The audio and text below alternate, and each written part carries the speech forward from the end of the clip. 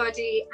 I'm Sharon Jordan and I'm here on behalf of the Irish Travel Trade Network, ITTN. And with me today, I am very proud and privileged to introduce three panelists that I have here talking all things National Travel Agent Day. So I'm going to start by introducing the wonderful Carrie Day from Intrepid, who everyone will know. And then I'm going to move on to the gorgeous Audrey Headon, who is an ITAA board, Benevolent Fund board member.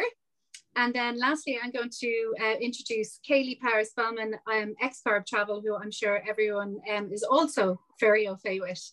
So guys, thank you for joining me here today. I'm just really, really excited to get started and get the word out about this. So if you don't mind, I'm going to start with you, Carrie. Can you just give us a little bit of a background on National Travel Agent Day and the whole concept behind it with Intrepid? Yeah, absolutely. So first of all, thank you so much for doing this, Sharon, and thank you so much to Audrey and Kayleigh for joining us as well. Really appreciate you being here, and thanks everybody for watching. So I suppose, yeah, National Travel Agent Day was created by Intrepid last year. It was actually the brainchild of my colleague, Matt, who some agents might have seen on our Facebook group.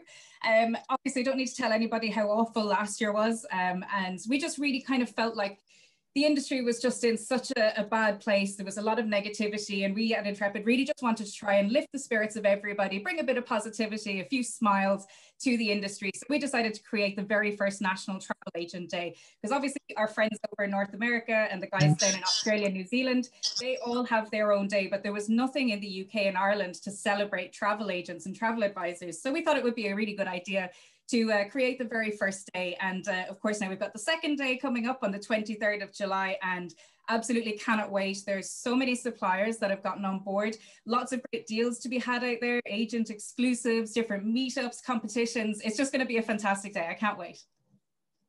It certainly is. And ITTN in particular are very excited because we're hosting the Bring Your Own picnic in the park in St. Stephen's Green next Friday at 12, from 12 to 2. And we've already had an amazing response to it. Lots of suppliers that want to give away some really cool things on the day. We've got things from people like Susan Maxwell's given a couple of her candles from her new company. We've had Martina Coogan on. She's got some really good packs and stuff in. But, you know, fundamentally, we all have to stick to restrictions. So everyone has to bring their own stuff, different times as well. So budgets wouldn't really be there. But we're just so excited to get out and see people in the flesh, particularly agents. I hope you can get the time off. It's only 2 hours. Even if you could just come for 20 minutes, we'd be delighted to see you. But Carrie, there's other things going on across the country. Can you tell me a little bit about them? Yeah, absolutely. Well, I'll be having my own little meetup down in Kilkenny, or for any agents in Kilkenny in the southeast. So it's going to be from 12 until 2 in Kilkenny's Castle Park. And like you said, Sharon, it's a bit of a BYO kind of event. So I will have a few snacks and things, but obviously if anybody's joining us and you're on your lunch break, maybe bring down something a bit more hearty to fill your stomach. But I'm going to have lots of treats there. And yeah, like you said, there's loads of people that have RSVP'd already, which is going to be absolutely amazing. And then I know as well, Jeanette Taylor from Blue Insurance is also doing her own meetup down in Cork. I believe everybody's meeting at the Farmers Market in Mahon Point on Thursday. So I think she's away on Friday, so she couldn't do it on the actual day itself. But yeah, absolutely. And I want to take this opportunity as well to ask if any other suppliers are spread out across the country, if you want to do your own like little meetup, then please do. You don't have to talk to me or Sharon, just go for it. Send out the invites, because from what you can see already, everybody's just dying to meet up with each other. They're dying to have the crack and have a few chats, because we haven't seen each other in like almost 1.5 years now. So I'm just really excited. I think it's going to be great. So Audrey, one of the main backup areas for the National Travel Agent Day is actually fundraising as well. And Intrepid are going to talk a little bit, Carrie, I'm going to ask you to talk a little bit about that again. But Audrey, you are a board member of the ITAA Benevolent Fund, which is one of the beneficiaries of the fundraising that we've been doing as a part of National Travel Agent Day. Can you give me a little bit of background on what the ITAA Benevolent Fund is all about? Yeah, we're delighted to be a beneficiary from National Travel Agent Day, and like to thank Carrie and Intrepid and yourself, Sharon, for promoting this and the idea behind it. So the ITAA Benevolent Fund is there to help any members who have worked in a travel agency, either in the past or presently. As long as that agency was a member of the ITAA, then they are entitled to apply for assistance. So it's there to assist our colleagues who, oh, listen, there's so many different reasons that people end up in financial difficulty. You know, some is you know, the industry we're in also has had such a hard time for the last, you know, year and a half, that we feel that there's probably more people out there. The way we assist people is it's all done confidentially. And I really, really must stress that although Kayleigh's speaking, she has volunteered to come forward to speak. She wasn't, she actually said, I'd like to talk about it, but we never ever publicize who we deal with. We do, so if somebody knows of a colleague that needs assistance, is having a rough time, you know, there's no harm in asking for a bit of help when you're down.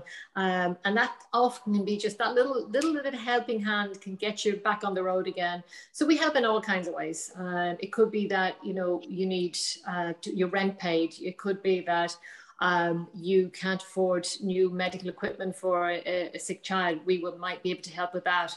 We might do shopping vouchers, you know, back bills, all kinds of things, utility bills. So it's not cash donations to anyone. It's how can we assist you with your build program? How can we give you a handout, give you a little bit of breathing space, help you to try and get back on the road?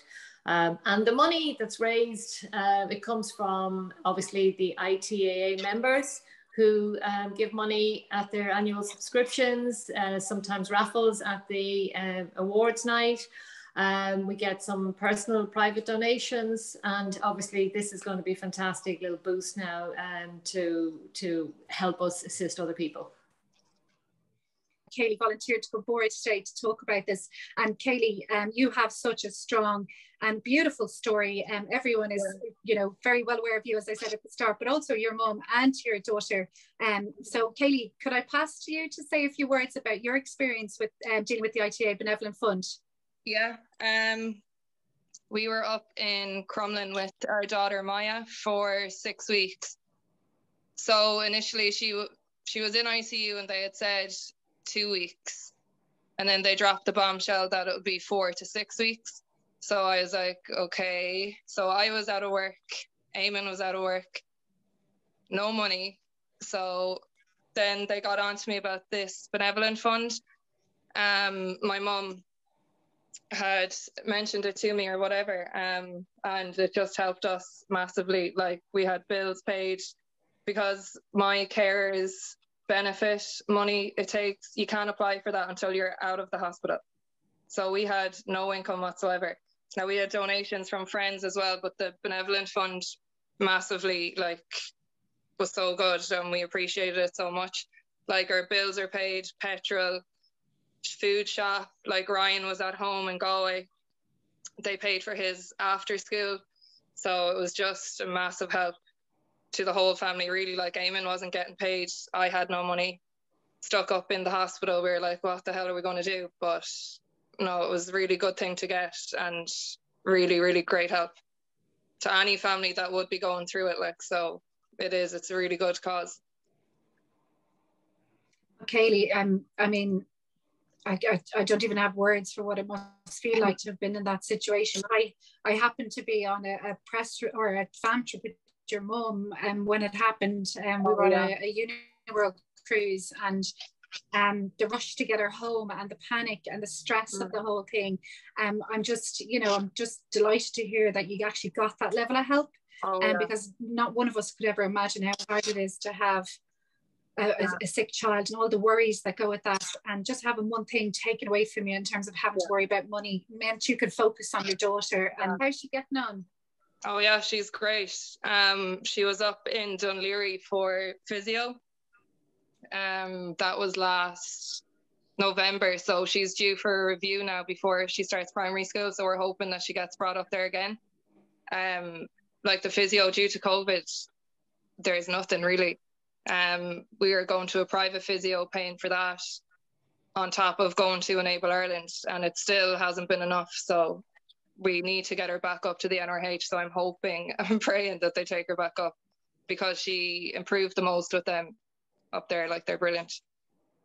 Oh, that's lovely to hear. Well, do you know when you're going to hear about that, when you're going to get word on it, or is it just a wait and see? She's due to start primary school in August, so they were just hoping, because of COVID, they were like, we're hoping to see her in person, otherwise it would be on a video, and you can't tell with Maya through video.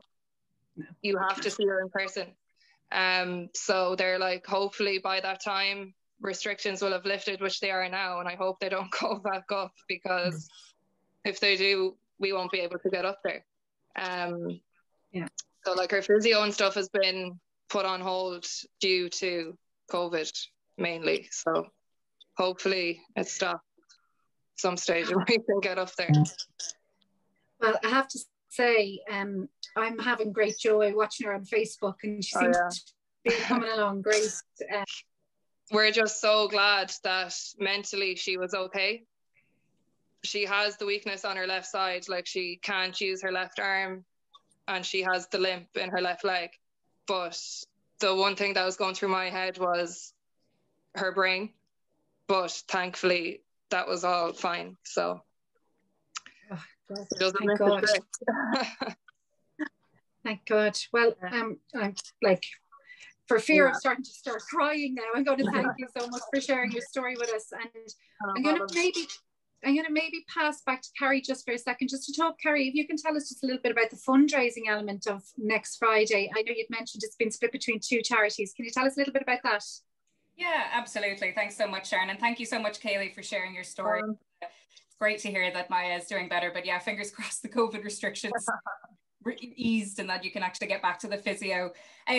So like we were saying, fundraising is a huge part of this year's National Travel Agent Day. And you know, we realize that there's a lot of agents out there who are experiencing some difficult times, a lot of people who've been out of work. So there's 2 very obvious charities across the UK and Ireland that really help our travel agent friends. And they are, of course, the ITAA Benevolent Fund, and then I suppose the UK equivalent, which is ABTA Lifeline. So what we're going to do, Intrepid decided that we're going to do a 24-hour cycle around the world challenge. So we've basically enlisted the help of all of our colleagues across, because Intrepid have regional offices in Melbourne, London and Toronto.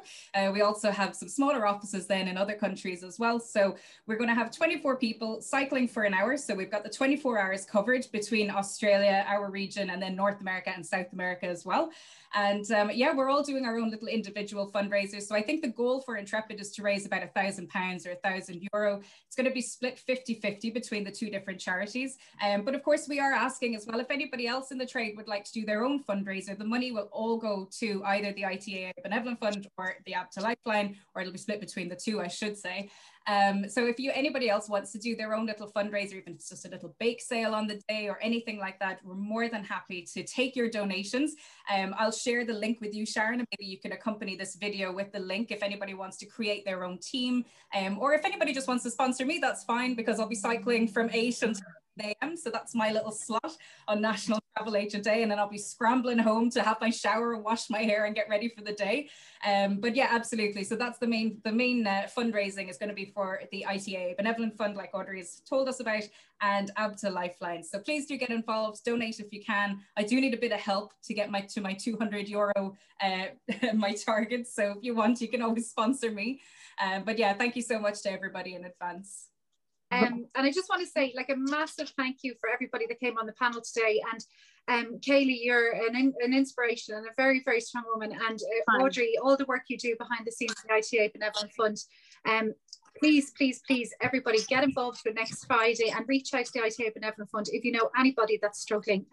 Sometimes it's hard to ask, you know, so it's really good if someone can, you know, give that helping hand and pass them over. Without going on too much further, I just wanted to say thank you. And if anyone else has anything they'd like to add, please do. Otherwise, we'll wrap up and say thank you so much, and we'll see you next Friday. I just one little thing to add. If anyone does want to get in contact, we have the ITABenevolentFund.com website, and each of the board members are on that with their contact details. So we're spread around the country, so you can choose anyone you wish to contact, and we'll take it from there. And remember, confidentially. Thank you. Thanks, Sharon, and thanks, Carrie, and thanks, Kayleigh, for sharing.